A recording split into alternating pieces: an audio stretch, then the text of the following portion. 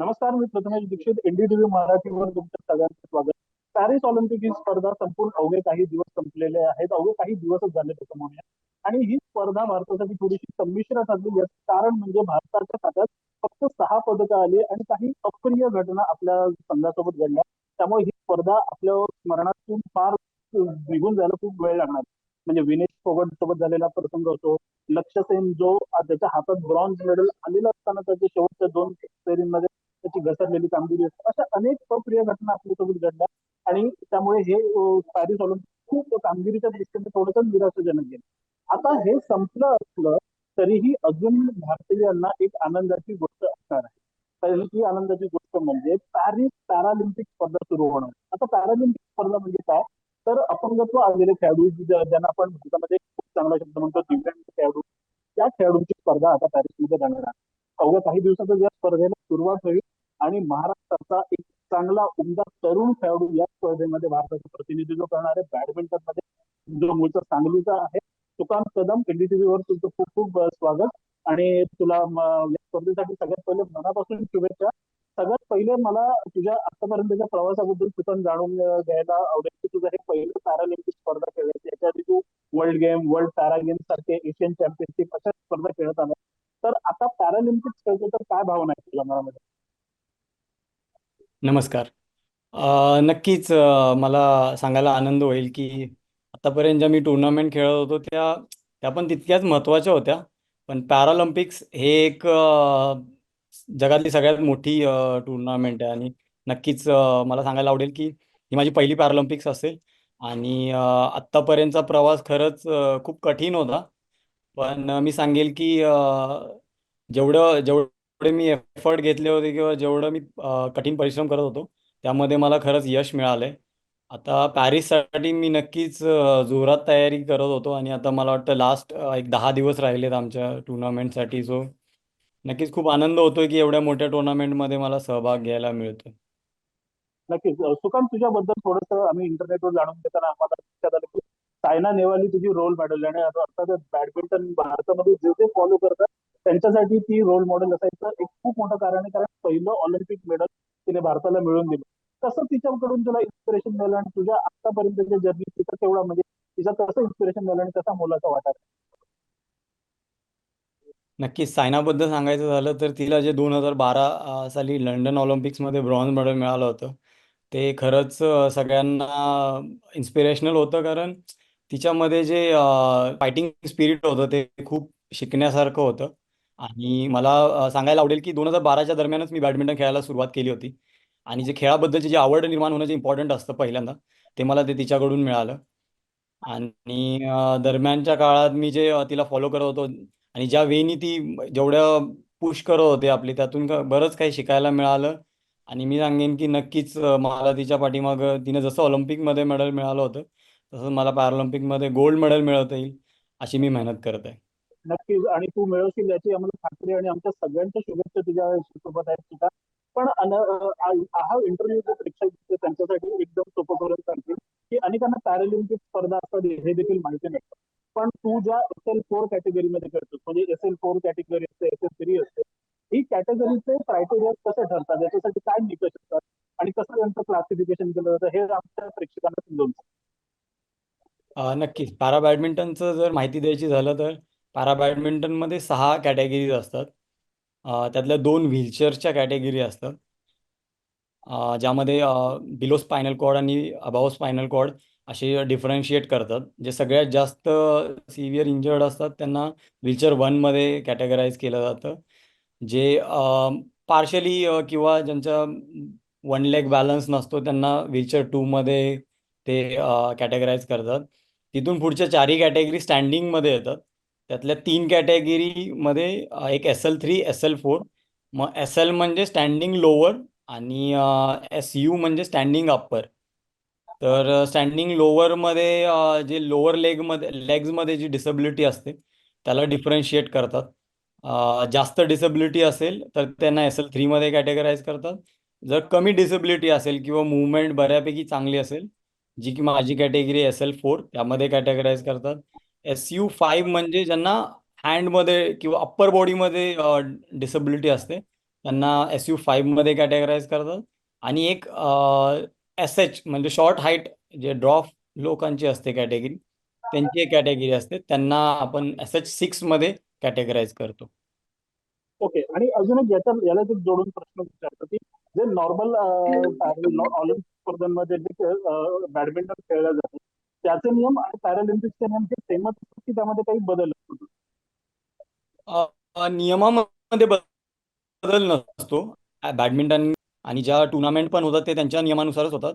नियम म्हणजे जसं व्हीलचेअर कॅटेगरीमध्ये हाफ कोर्ट खेळलं जातं. दोन्ही व्हीलचेअर कॅटेगरी ज्या आहेत, व्हीलचेअर 1 व्हीलचेअर 2, त्यांना सर्व्हिस एरिया जो असतो नेटच्या समोर तो आउट असतो आणि हाफ कोर्टमध्ये खेळलं जातं.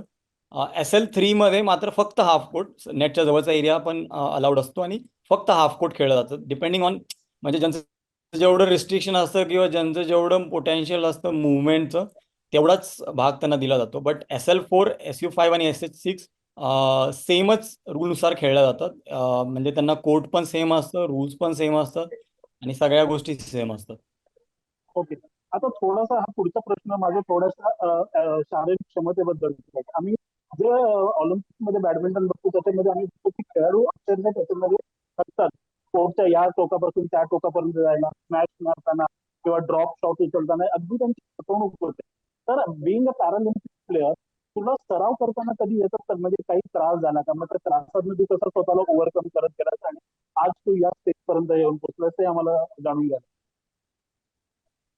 नक्कीच. म्हणजे असं मला कधी अडचण नव्हती आली, की म्हणजे मुवमेंट्समध्ये वगैरे.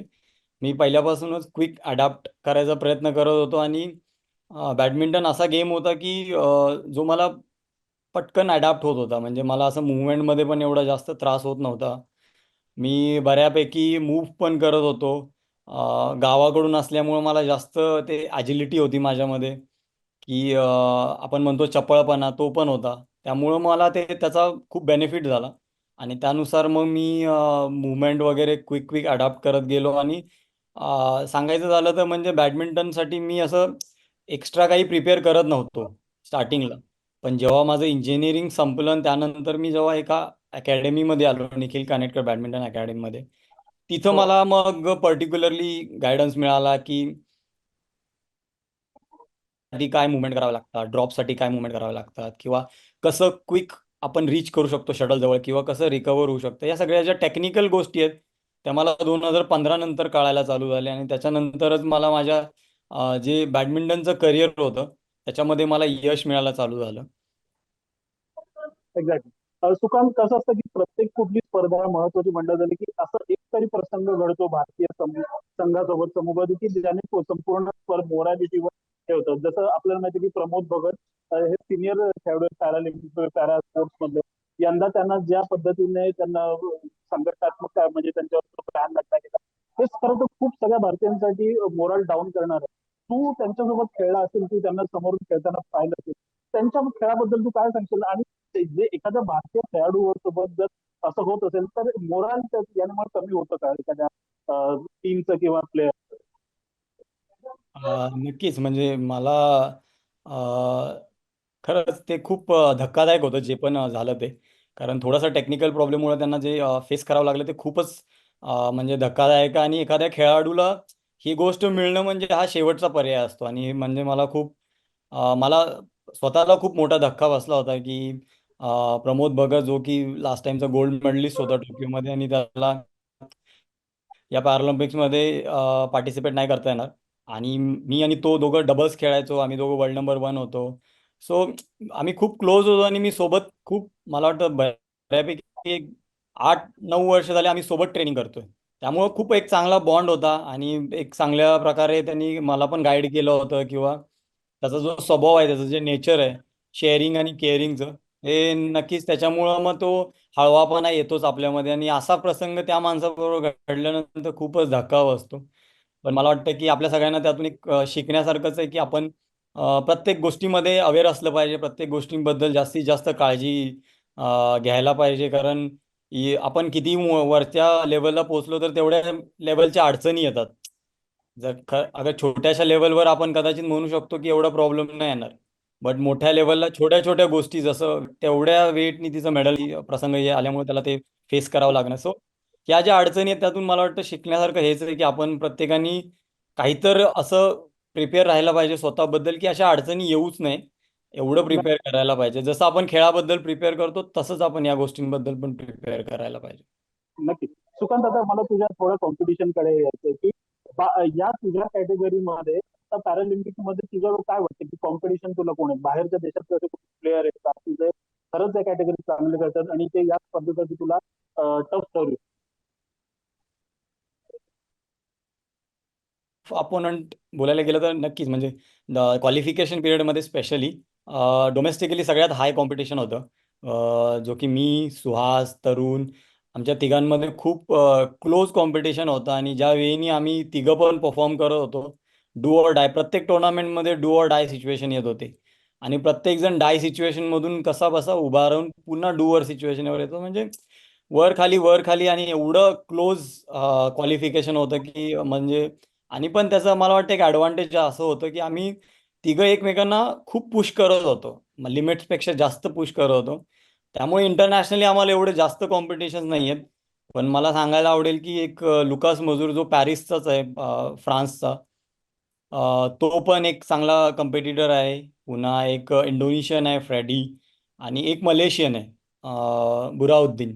असे तिघं जण ओके. आहेत आमच्या तिघा वर्सेस, जे की आमच्या मेडलमध्ये मला वाटतं तिघांना आम्हाला ते दोघं तिघं थोडेसे टफ आहेत. बट मला वाटतं ज्या प्रकारे आम्ही तयारी करतोय किंवा ज्या प्रकारे आम्ही कॉन्फिडेंटली क्वालिफिकेशन्स पात्र केलेत त्यानंतर मला वाटत नाही की आता काही प्रॉब्लेम येईल. बट जोपर्यंत टुर्नामेंट येत नाही तोपर्यंत मला वाटतं आपण सगळ्यांनी फक्त तयारीवरच फोकस राहिलेलं बरं. एक्झॅक्टली. म्हणजे आम्ही पण हीच आशा बाळगून स्वप्नील कुसाळ्याने जसं 72 वर्षांनी महाराष्ट्राला ऑलिम्पिक पदक मिळवून दिलं तसं तुझ्या रूपाने एक पॅरालिम्पिक मेडल येऊ द्या आणि ते आम्हाला सेलिब्रेशनचा आनंद मिळू द्या. एक थोडासा पुढचा एक आपण इंटरव्ह्यूच्या शेवटच्या टप्प्यात येतो, मला एक प्रश्न विचारावा असं वाटतं की लक्ष्य सेनची जेव्हा पॅरिस ऑलिम्पिकची मॅच जो ब्रॉन्झ मेडलची आहे तेव्हा प्रकाश पदुकोण जे दिग्गज आहेत बॅडमिंटन, तेव्हा त्यांनी एक मुद्दा सांगितला होता की इंडियन प्लेयर्स ऑलिम्पिक सारख्या पातळीवर मेंटल प्रेशर हँडल करायला कमी पडतात. तू ती मॅच बघितली असेल, तुलाही ते जाणवलं असेल. तुला काय वाटतं या संपूर्ण म्हणजे नॉट एक्झॅक्टली लक्ष असेल पण एकंदरीत संपूर्ण स्पर्धेत आपण कमी पडतो का मेंटल प्रेशर हँडल करायला? कसं मला वाटतं की डेफिनेटली मेंटल हेच एक बॅरियर आहे. कारण हार्डवर्क मला वाटत नाही कुठलाच ॲथलीट कमी करतो किंवा कुठल्याच खेळाडूमध्ये किंवा कोणत्याही लेवलच्या खेळाडूमध्ये मेंटल हाच डिफरन्स असतो. ज्या वेळी पुढचा मेंटॅलिटी स्ट्रॉंग ठेवून घेतो किंवा मानसिकताचा खूप मोठा रोल आहे पदक जिंकण्याबद्दल मला वाटतं. जसं लक्ष्य सेनचं क्लोज होतं, हो. तो यंग आहे मला वाटतं डेफिनेटली तो कमबॅक करेल. पण पर्टिक्युलर त्या परफॉर्मन्सचं जर आपण अनालाइज करायचं म्हणलं तर डेफिनेटली मेंटली त्याला थोडंसं, कारण तो दोन्ही मॅचेसमध्ये विनिंग सिच्युएशनमध्ये होता आणि नंतर तो फिनिश करू नाही शकला. सो हे फक्त एक्झॅक्टली. मेंटलीच बॅरियर असू शकतं. आणि जसं हो. प्रकाश पदुकोण सरांनी सांगितलं होतं की मेंटली ॲथलीट्स थोडे बॅक करतात तर डेफिनेटली त्यांचा जो एक्सपिरियन्स आहे, ज्या म्हणजे ते बॅडमिंटनचे फादर ऑफ बॅडमिंटन बोललं जातं त्यांना, आणि हो. डेफिनेटली त्यांच्याकडनं असे वर्ड देणं म्हणजे त्यांचं एक काय तर पर्टिक्युलर ऑब्झर्वेशन असेल सगळ्यांबद्दलच. पण एक्झॅक्टली. पॅरा बद्दल मला सांगायला आवडेल की ते मेंटली खूप स्ट्रॉंग असतात. कारण त्यांना ओके. ऑलरेडी फिजिकली रिस्ट्रिक्शन्स असल्यामुळं प्रत्येक खेळाडू मेंटली खूप स्ट्रॉंग असतो. ते ओके. फिजिकली ओव्हरकम जेवढं जास्त करता येईल तेवढं करतातच. पण मेंटली खूप स्ट्रॉंग असतात. म्हणूनच तुम्ही बघितलं असेल तर टोकियोमध्ये आपल्याला जास्तीत जास्त मेडल मिळाले होते आणि ह्यावेळेस मला जे होय. वाटतंय की अ, जास्तीत जास्त गोल्ड मिळतील आपल्याला. सो हीच त्यात भावना आहे आमच्या. तुझं तुझं प्रेडिक्शन काय आहे? जेव्हा पॅरालिम्पिक संपेल तेव्हा इंडियाच्या खात्यात किती असतील एकूण पदक आणि त्यात गोल्ड किती असतील? एकूण मला वाटतं 30 पदकं असतील आपल्याकडे नक्कीच. ओके. जेवढ्या 84 मला वाटतं जे 84 लोकांनी पात्र केलंय पॅरिससाठी, हा. सगळ्यात हा. मोठं आणि पहिल्यांदाच एवढ्या लोकांनी केलं, तर मला वाटतं 30 हा आकडा आपण नक्कीच पूर्ण करू शकतो. त्यातले मला वाटतं ह्यावेळेस नक्की आपण 10 गोल्ड तर नक्की घेऊ अरे अशी वा. मला खात्री आहे. आणि नक्कीच बॅडमिंटनकडून त्यातले त्यात जास्तीत जास्त गोल्ड येतील याची काळजी आम्ही घेऊ. नक्कीच ही आशा आहे आणि आम्ही प्रार्थना करू की तुझी ही आशा खरी ठरो. मी तुझा रेकॉर्ड चेक करत असताना मला एक लक्षात आलं की एका गोल्ड नंतर तुझ्या जागतिक सगळ्या ब्रॉन्झ मेडलची एक स्ट्रीक लागलेली आहे. त्यामुळे मी आशा करतो की या पॅरालिम्पिकला ही ब्रॉन्झ मेडलची स्ट्रीक संपेल आणि ब्रॉन्झचा रंग येलो येलो म्हणजे गोल्ड मेडल मध्ये कन्वर्ट होईल आणि भारताला सुवर्ण पदक येईल मी आशा करतो. आणि एनडीटीव्ही मराठीला तू वेळ दिला त्याबद्दल तुझे मनापासून धन्यवाद आणि तुला स्पर्धेसाठी खूप खूप शुभेच्छा. धन्यवाद. मला पण बोलून खूप आनंद झाला. मला वाटतं मला मराठीत मी बऱ्याच दिवसांनी बोलल्यासारखं वाटतं मला, बट नक्कीच खूप आनंद झाला. त्याबद्दल धन्यवाद एनडीटीव्हीचे. धन्यवाद धन्यवाद शुभेच्छा. धन्यवाद.